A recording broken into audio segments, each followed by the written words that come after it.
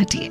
94.3 my FM से मैं हूँ विनी और चलो आज कुछ अच्छा सुनते हैं। सुनाती हूँ आपको एक महिला की कहानी। बड़ी सीधी सादी सी एक महिला थी। अपने घर का जब रोज खाना बनाया करती थी तो उसमें से एक रोटी एक्स्ट्रा बनाकर अपनी खिड़की पर रख दिया करती थी, जिसे भी जरूरत हो वो ले जाए। एक बाबा थे जो हर रोज आने लगे और खिड़की पर रखी हुई रोटी लेने लगे। लेकिन रोटी लेने के बाद वो एक लाइन कहते थे, तेरा किया हुआ बुरा तेरे साथ ही रह जाएगा और तेरा अच्छा तेरे पास लौटकर जरूर आएगा। एक दो दिन इसने सुना और ध्यान नहीं दिया। उसकी रोज की आदत थी, रोज अपने परिवार वालों के अलावा एक रोटी एक्स्ट्रा बनाती थी और उसे खिड़की पर रख देती थी। और अब जैसे रूटीन हो गया था कि वो बाबा आएंगे, रोटी को उठाएंगे और उठाकर फिर वही लाइन कहेंगे कि तेरा किया हुआ बुरा तेरे पास ही रह जाएगा और तेरा अच्छा लौट कर तेरे पास वापस जरूर आएगा। कुछ दिन उसने सुना और उसके बाद उस महिला को इरिटेशन होने लगी।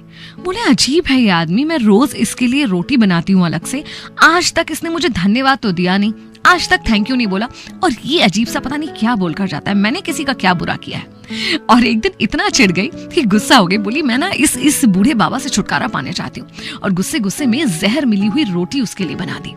जहर मिली हुई रोटी बनाकर खिड़की पर रखी ही थी कि अंदर से आवाज आई कि ये मैं क्या कर रही हूँ, मैं किसी की जान ले रही हूँ। तुरंत रोटी उठा ली खिड़की पर से और एक अच्छी रोटी खिड़की पर रख दी।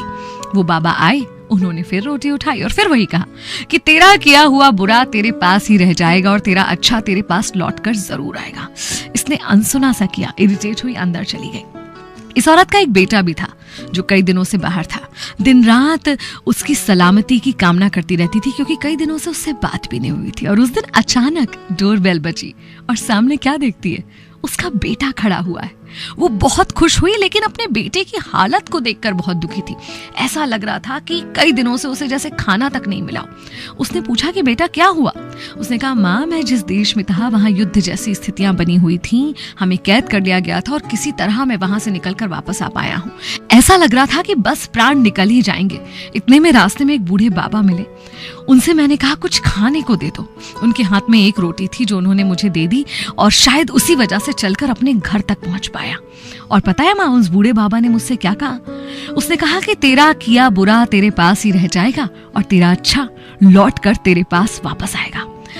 माँ ने दिल पर हाथ रख लिया और ईश्वर का बहुत शुक्रिया किया कि आज उसने वो जहर वाली रोटी खिड़की पर नहीं रख दी थी।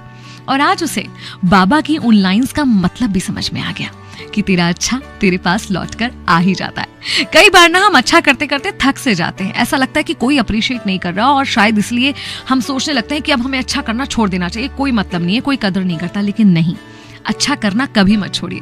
भले कोई उसके लिए अच्छे शब्द बोले ना बोले, भले कोई उसकी तारीफ करे ना करे, क्योंकि ये तय है कि आपके अच्छे कर्म आप तक वापस किसी ना किसी रूप में कभी ना कभी जरूर आ जाएंगे।